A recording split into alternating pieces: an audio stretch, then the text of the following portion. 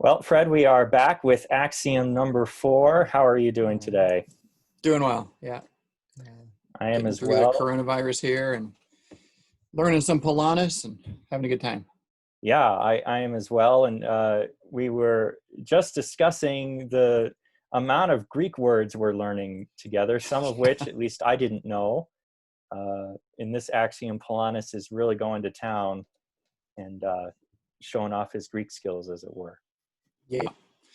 Yeah, so in Axiom 3, he really worked on similarity and dissimilarity. That you can't say the persons of the Trinity are dissimilar from each other, dissimilar in essence, nor can you say they're similar, that those are both bad answers.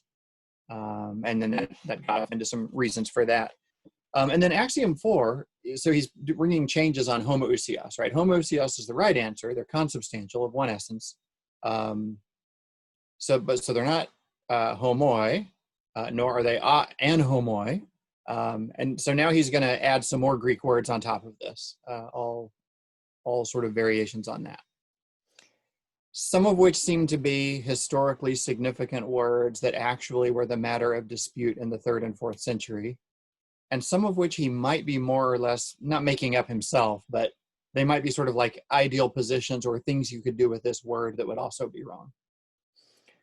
Right, and yeah, I think one of the things that stood out to me is just how historically conscious Polanus is, and also conscious of the fact that as theologians, we're continually engaging in a practice of communal theology, Mm-hmm. and because of that, the church's self-understanding of her confession of the faith is going to sometimes involve this historical not this, not this, not this, as variant understandings have been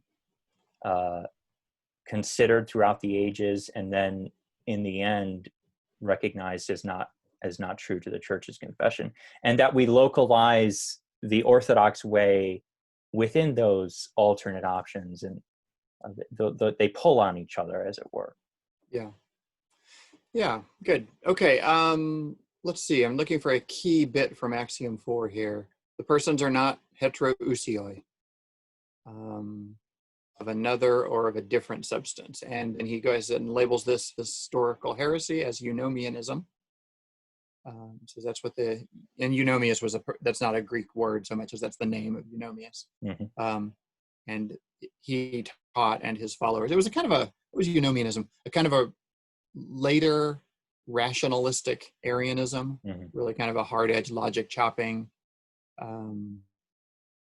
Nazianzus argues against them, and he's really upset about how rationalistic they are about their approach.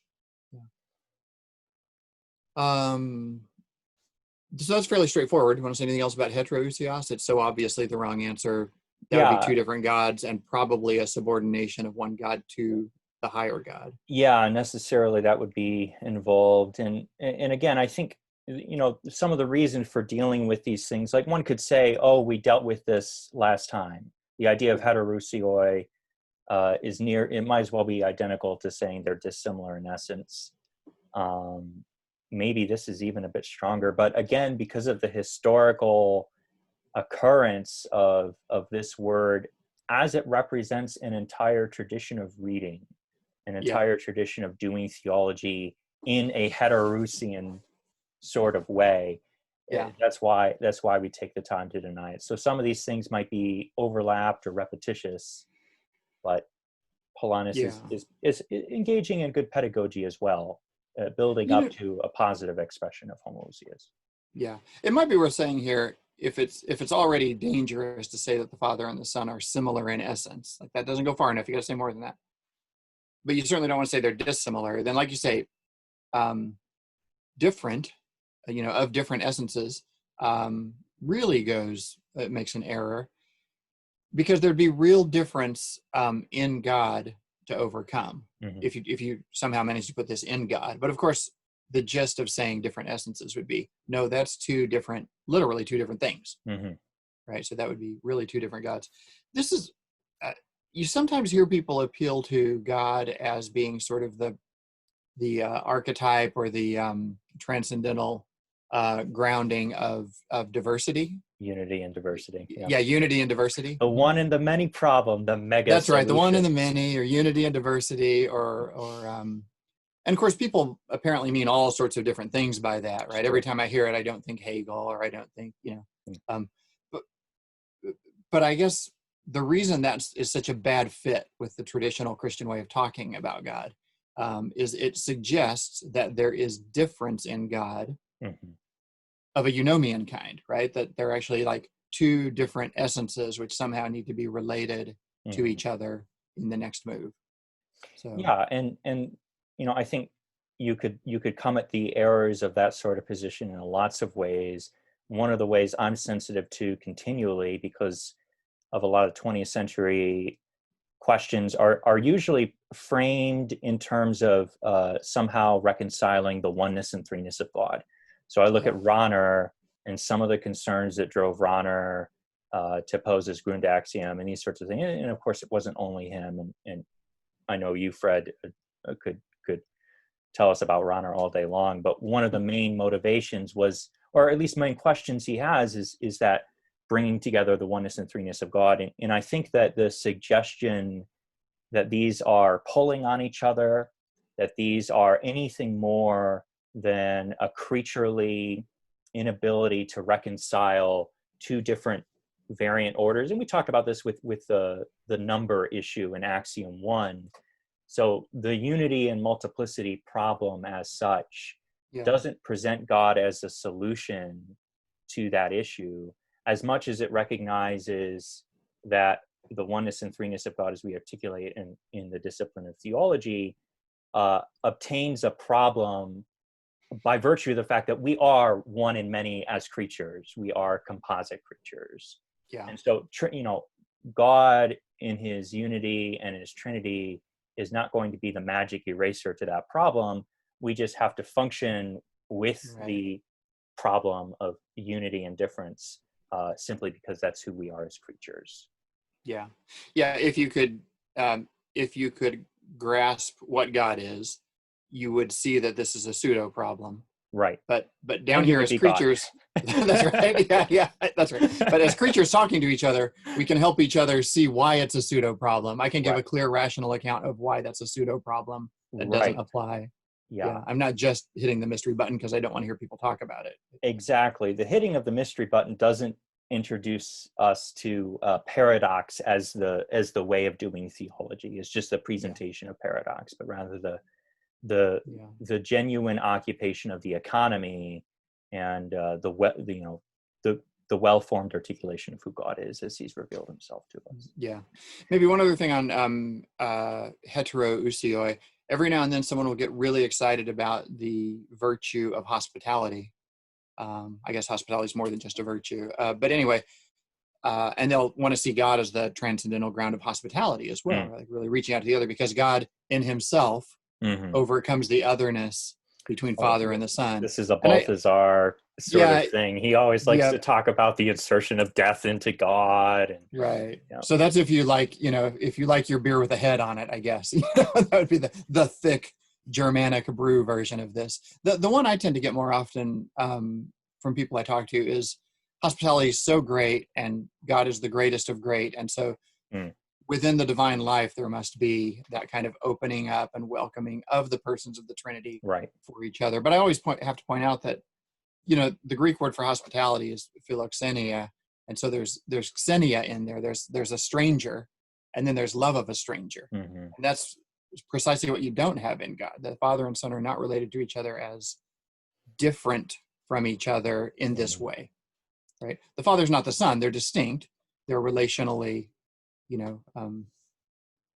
they're relationally describable, but Mm-hmm. there's no overcoming of a difference whereby the Father says, "You are so other from me, but I will make room for you." Right. Right? That's the Yeah, whole nub that of the key. virtue of hospitality, is that it's love for one who is unlike you. Right. Yeah, I think that's the key, is that we deny that there's any sort of overcoming of difference in Yeah. God or resolution. fact, This is a very Hegelian move. I always like to think of Augustine talks about in the Confessions how God is always quiet. or at rest, and there's no Yeah. trouble in God, there's no war in God, and these sorts of things. Yeah. And The 11th Council of Toledo confesses that there's no difference in God. There's no, I think diversitas is the word they use there. Yeah. Yeah. All right, we should move on. That was actually the easy one. They are not Soonousios. Now here's where we start to get creative with the Greek. Right. Soonousios would be conjoined in essence. Yeah, together, a together idea. And the way I took this is, it would be something like the position of that would argue an identical essence but no taxis. So and Polanus goes on to say, so they're conjoined or they're together in the essence. They're somehow within God, essentially speaking, but there's no connection. Again, we're speaking very roughly as we described. There's no, he says one person is not from another. So there's not a relation of origin. There's no taxis or arrangement or economy in the meaning that Tertullian used it. We saw a few weeks ago. And so that's what it is. It takes Father and Son and it says, okay, they're together, but they're just sort of conjoined together. There's no, the Nicene answer is one is from the other. But this excludes that. It says you can say the right thing and enough about Father and Son if you say they are conjoined in this way. They're not different from each other or similar or dissimilar, but they are conjoined. Yeah. And Fred, there's word on the street is that this is a kind of a latent problem that a lot of the Reformed actually struggle with. This heresy is kind of lurking in the Reformed waters in the affirmation of autotheos.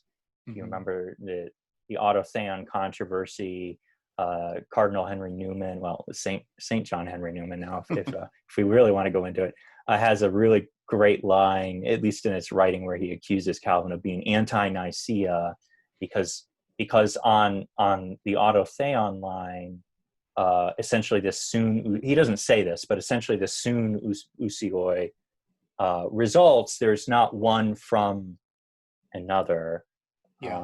As far as I can tell, that charge can obtain in certain cases if you just look at what people are saying, but not what they mean among, especially the Reformed Orthodox today. But do you see this issue today in other places, or something we should be aware of? I mean, only latently. Something has happened in the modern sensibility where relations of origin seem drastically implausible. And so if someone just has the gut feeling that, well, it can't be that, it must just be some other thing. Just kind of three up there. The idea of three being up there who are not one from another and then another from that, Father and Son is one principle. Yeah. So on the one hand, I mean, you could be a Soonousioian, and I would have to say, okay, you affirm one God in three persons, and those persons are even equal. I can make a long list of things you're right about. But there's still, Polanus is trying very hard to be precise here. We're going to spend time talking about this, so let's actually nail it down and make explicit what might be implicit in the unity of the persons of the Trinity. Right. And to get a little bit ahead of ourselves, one thing that I found interesting is that Polanus explains homoousios, which we normally just say is like, oh, it means co-essential or consubstantial or something like that. But he says, quote, one says that things are properly homoousios only where one of them is from another and receives the same essence from him. So you have not only the coessentiality idea, but also this fromness, the taxis is necessarily included. And that's not something I always think about immediately when I think of homoousios. Yeah. Yeah, this is a little off subject, and this is kind of a long axiom, so I know we need to move along. But in the Greek fathers, I think I can see a usage pattern in Athanasius and company, where when they say homoousios, they'll treat it as directional. They'll say that the Son is homoousios with the Father, And it wouldn't quite be proper to say the Father is homoousios with the Son, because as Polanus is spelling out here, there's a relation of origin built into it. Right. It's only a question of whether it's convertible. Can you say they are homoousios with each other? Or is it more properly linguistically to say the Son is homoousios with the Father? Right. The tradition's actually a friend, Rob Price, who teaches at Talbot, sent me some stuff from Cyril, where Cyril in Greek is already able to use the word homoousios sort of convertibly. Interesting.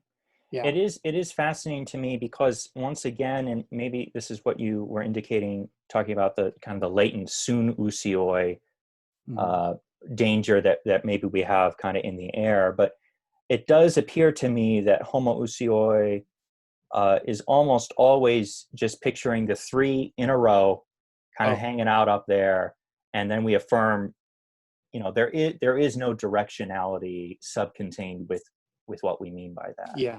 I want to say something like, strictly speaking, which means this is not how we usually speak, even when we're doing theology, but really strictly speaking, the Son is homoousios with the Father, but the Father is not homoousios with the Son.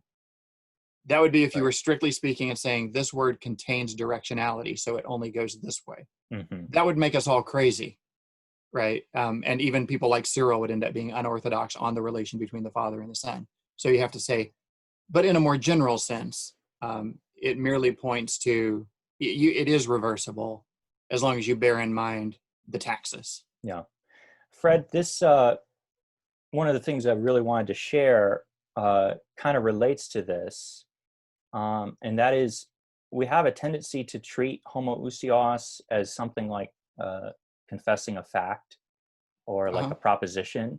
And so we approach the doctrine of the Trinity and we confess homoousios. I think rather though, homoousios is not really about defending a static proposition, but it's more occupying a certain line of thought or moving through a certain path of Trinitarian discourse. Not to drive a strong wedge between those, but I've noticed that Trinity, and as we approach Trinity, these Orthodox creeds and what they intend by key words like this, they intend not the occupation of a static position, but rather they want us to perform Trinity in a certain way, and that's really what it means to affirm homoousios. And this would kind of tend towards the idea of including taxis and having to cycle through doctrine of God in a certain way, which when you reflect upon kind of the path you took of orthodoxy, then you could say, oh, I was homoousios all the way through. And then maybe it reduces to a static proposition. Does that make sense? Do you think there's any? Yeah. So if I were trying to teach these axioms in particular with diagrams, I could lay out a range of positions, all having ousia in them, right? And identify this position, homoousios, as the correct one, and exclude those others. That would capture something of what's going on. But in fact, it's more like the movement of thought, right? That begins with the right answer, but is also working its way towards the right answer by excluding misconceptions. Right. It's much more of a movement that's going on. Right. It's a theological function that we perform, and then we reduce to a confessional position or a creedal position, rather. Yeah. But you have to kind of repack all the stuff into it for that word to. The entire journey that you took has to be. Yeah. And these things are abstract enough and they're about God, that you can't pull some kind of Wittgensteinian move like, well, let me see what you do with that, and then I'll know what you mean by it. Like, well, I'm sorry, I can't perform homoousiosness here for you. Yeah. In such a way that you can see what I mean by what I say. Yeah. So we have to sort of dialectically get at it. Yeah. All right. Moving on, though, we have the third one here is Manoousios. What do you think Manoousios means here, Fred? Well, I mean, mon is one, so it's a single. Persons are not Manoousios, each having a solitary essence. I don't know. The illustration he gives is like the sun, moon, and heavens. Right. Where you'd say something like, the sun is Manoousios. It's got its own. There's nothing like the sun. My mistress eyes are nothing like the sun. No. And the moon, it has its own substance. Right. Moving on. Yeah. I'm sure Shakespeare was not thinking about this. Though, heck, they're contemporaries, aren't they? That's yeah. Crazy to think about some of those things, but yeah. Yeah. So he lives in a whole other mental world, but Mm-hmm. they're alive on the planet at the same time. So I think that's it. I think that's pretty straightforward. Yeah, I think it's absolute tritheism. It's like 3 lonely, self-contained essences, one over here, one way over here, and then one way over there, like the sun, moon, and heavens. I wish he said stars, but apparently the sun is a star. Yeah, that's interesting. And then he moves right on to Tauousios, T-A-U-T. Yeah, I struggled with this myself. I wasn't really sure. I think you discovered a few things about it. Yeah, so throughout this section, he's using Epiphanius of Cyprus, I think is what we call him now, Epiphanius of Salamis, which sounds Cyprus. And not the Panarion, which is the more famous work, I think, but the Ancharatus, which is Young Kim translated it not too many years ago. So it's all like chapter 6 of Epiphanius's Ancharatus, where Epiphanius is saying things like, the Son is never a coalescence with the Father, nor a sibling, but genuine Son who has been begotten from the Father. He's natural Son, not adopted. He is Homoousios with the Father, not sharing in essence, which in Epiphanius's Greek probably is Soonousios. Soonousios, yeah. There you go. But Homoousios, that is to say, not begotten apart from the Father, as some hold in dissimulation, wishing the Son to be so from adoption and not in truth. So he does that, and then he goes on to say all kinds of things like, if you say Homoousios, you destroy the power of Sibelius, etc., etc. So that's back there in Epiphanius, and it's also in Martin Chemnitz, who's a Lutheran scholastic, I guess in the generation or so before Polanus. And he wrote this amazing book, Two Natures in Christ, which is, it's a great book in general for Protestant scholastic Christology. Its a special strength is the way he interacts with the Greek fathers, and Cyril above all. He's just constantly feeding directly from the Greek patristic tradition into Latin language, Lutheran, Protestant Orthodox Christology.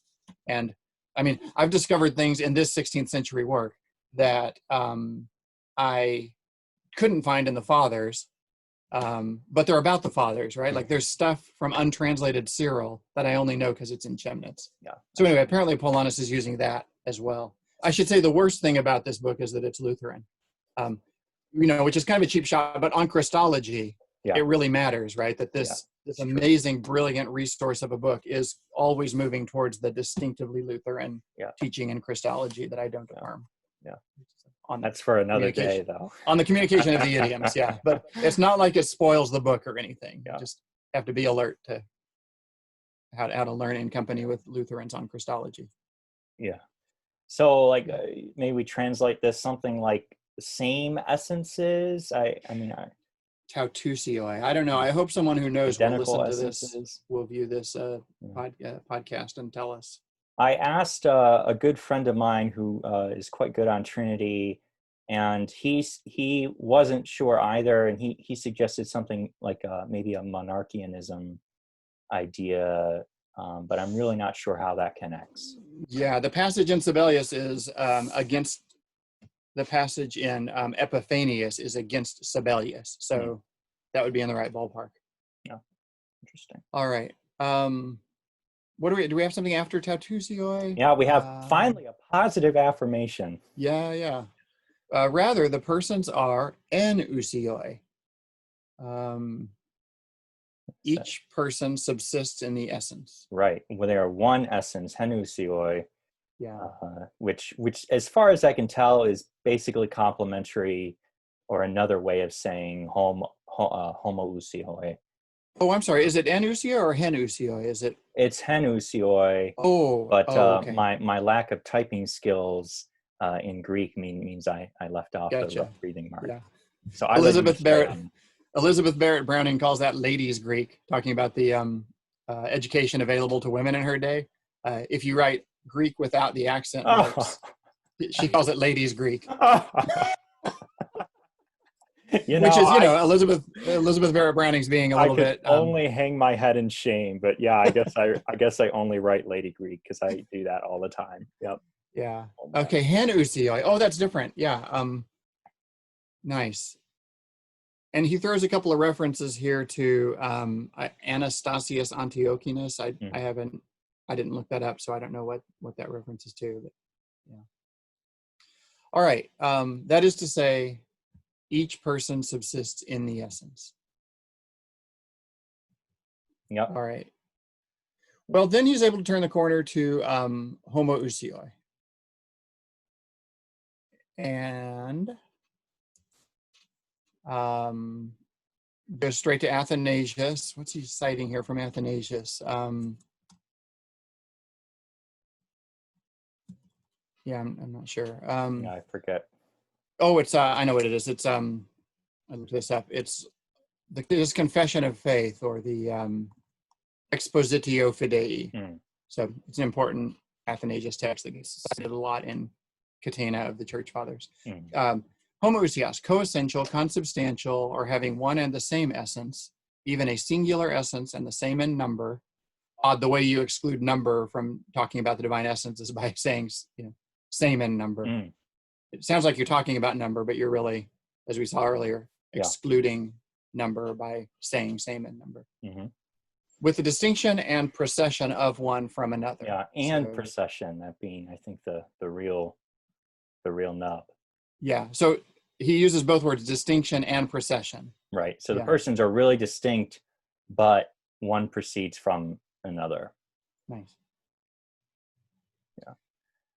Okay, and I think after that, in Axiom 4 here, he then has a little bit of, he's got several lines here where he's rehearsing the way the 4th century pro-Nicene theologians had to kind of clean the word homoousios up from false connotations that it could have and did have among some earlier heretics. Yeah, and I found, again, this historical sensibility. So this is the quote I mentioned last time. He says here right at the end, well, he says, okay, he grants, yes, the Antiochian Council denied explicitly homoousios. Yeah. He said, oh boy, a council denied homoousios. He says, no, they're denying this word with reference to one theologian and how he was wrongly using it in a specifically bodily or corporeal way. He didn't mean homoousios like Nicaea meant it. And besides, and then he says, here the last line, the Nicene Fathers used homoousios in the very sense used by both Dionysius Romanus and Alexandrinus, who were more ancient than the Antiochian Council itself, which is quite a fascinating kind of like. Yeah. And that's another Athanasius reference, because in the middle of the 4th century, Athanasius did some of this work where he went back. He wrote this piece that I don't know why we give all of Athanasius's Greek treatises Latin names, or some got to be some 19th century reason for that, right? Or some medieval reason. I don't know. Anyway, the work is always called it's on the opinion of Dionysius, or De Sententia Dionysiae. And that's Dionysius of Alexandria, Dionysius the Great of Alexandria, who was not pseudo-Dionysius or something like that. No, nor Dionysius of Rome, with whom Dionysius of Alexandria argued in this little 3rd century dust-up that they had. So the bottom line is, Arians were appealing to Dionysius of Alexandria and saying he didn't like the word homoousios. And Athanasius is reeling him back in and saying, no, this opinion that Dionysius gave, it's actually on the Nicene side, to speak anachronistically, and it legitimizes the use of the word homoousios.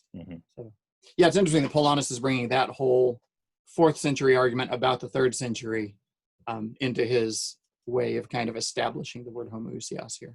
Yeah. Fred, it strikes me, here we have a necessary sanitizing of words that even Nicaea commits us to creedally. And most of us want to really force the creeds quite strongly and commit to them as carving out the orthodox lines. But this raises a question to me of really what the function of the creeds actually is, especially for doing Trinity today. You have, I think one of the things this shows is that creeds have to be confessed intelligently. It's not about a static recitation of some random words that were assorted in a certain way. It's an intelligible use. But what function do you think the creeds actually have for us today with respect to Trinitarian discourse specifically? Yeah, I'm trying to think of, there are philosophers would say like necessary but not sufficient in certain ways, in that the words of the creed don't solve all their problems, don't solve all your problems for you. You have to mean them the right way. And this is actually why if someone reads the Bible and says, well, I mean, it's great and all, but who knows what it actually comes down to and means? It could mean lots of things. Let's norm it by a creed. So you smack a creed on it and say, this nails it down. Well, as we're seeing here, even on a crucial central point that they were intentionally talking about, it doesn't nail it down. So all you've done is you just back to the same problem. Yeah. You just moved it up a level. Yeah. And then if you move it up to a magisterium, you've got the same problem of like, what in the world does the magisterium actually mean by what they said? And then once they've said about 80 things, they disagree with each other. So then now what do we do with that? That's just to say the same problem is there, which is why Christian theology always has to stay structurally open to the fundamental issue, which is Bible interpretation. Yeah, I definitely agree with that. And then it also is revelatory the fact that, well, I often say theology is always a word in the present tense. It's something of the living presence of theologians or doctors of the church, whether they be great or small at whatever age of history we find ourselves. Today, and it's not, and also I want to say it's not just professional theologians, of course, it's the entire body of Christ invisibly wrought by the Spirit, but especially the work of present living theologians that hold or occupy a living confession of the faith with respect to who God is. Yeah. And that's why, viewing it externally, you could say, here's the creed. It says what's true. If you confess it, you're right. If you don't confess it, you're wrong. Well, I might be willing to say if you don't confess it, you're wrong. I mean, there's room to move there. Someone might not want to say Trinity, might not want to use a particular tradition or word, for sure. But could still believe the right things and just be cranky about their attitude towards history. But the whole, if you confess it, you're right thing that's not true if all you mean is to say the words, because of course words signify differently. Just thinking about like the Apostles' Creed, there are a couple of key words in it that because of English language semantic drift in the last few centuries have rendered them sort of opaque, and you have to work at them. So when we say, I believe in the Holy Catholic Church, a bunch of people in the congregation have heard the word Catholic 1,000 times, right? They hear it 100 times a week, and one time a week, it doesn't mean Roman Catholicism. So you have to go, oh, okay, well, I mean, here's what we mean by that. Or then there's the clause, he descended into hell. I think, well, if by hell you mean the place of the dead, then yes. But if you're just bringing whatever you think hell means to you now, like right before I came into church, I told someone to go to hell. Then I came in here and I said, Jesus went to hell. Right? Okay, see, that's saying the words isn't going to get it right. And it's easy to say, well, just translate it differently. Say, I believe in the universal church and Christ descended to the dead. Sure, but just give me a couple centuries, or change the framework. Oh, for sure. And those words won't function the same way. Right. Yeah. And that brings us back again to what I mentioned earlier, is that like confessing Homoousios it's an intelligible movement through the entirety of the doctrine of the Trinity, such that you never diverge from confessing the absolute oneness of God. The oneness doesn't stretch, doesn't expand, doesn't appear in the persons, but the persons are within or internal to, and so identical with the one absolutely simple essence of God. And it's more living or delighting in the Trinity in a self-conscious, reflective way, that's well ordered and properly structured, that also organizes our love for the divine. That's really what it means. You know, the super simple way to talk about homoousios is to say something like, whatever stuff God is made of, whatever stuff God the Father is made of, God the Son is also made of that stuff. Mm-hmm. But then you immediately start realizing, okay, that was just, like, I could do that with Play-Doh right here and show you that. And we'd immediately notice, well, first of all, God's not made. Secondly, it's not stuff. Mm-hmm. Right? And then thirdly, we actually need to specify the relationship between the two persons we're talking about, who are both related to this stuff. Yeah, but it's that kind of move, right? Of origin. It's not like I have perfect technical terms that exclude all need to renegotiate. For sure. I have words that are a lot better than what kind of stuff is God made of. You know, like 100 times better than that. Right. Well, I mean, it also, I mean, you mentioned this really well at some point a couple of weeks ago, that we tailor our analogies, our usage of words, and our explanations as far as their depth to the audience that we're speaking to. So if you're speaking to, you know, a 4 or 5-year-old, I've never used the Play-Doh illustration, but, you know, maybe we might use a Play-Doh illustration and say, you know, God isn't Play-Doh. We all know that. We're not worshiping, but this is kind of what it is. It's helpful. It's helpful for what it is, and then it has to be cast away. Yeah, as inadequate. Nice. All right. Well, that is axiom number 4. Yes, sir. I guess we will pick up with Axiom 5 next week, which is something of a recapitulation of the last 2. And we'll see. Maybe we'll include Axiom 6 as well. We'll have to see what's material enough. All right. Well, good talking with you again, Ryan. Yep. Thanks so much.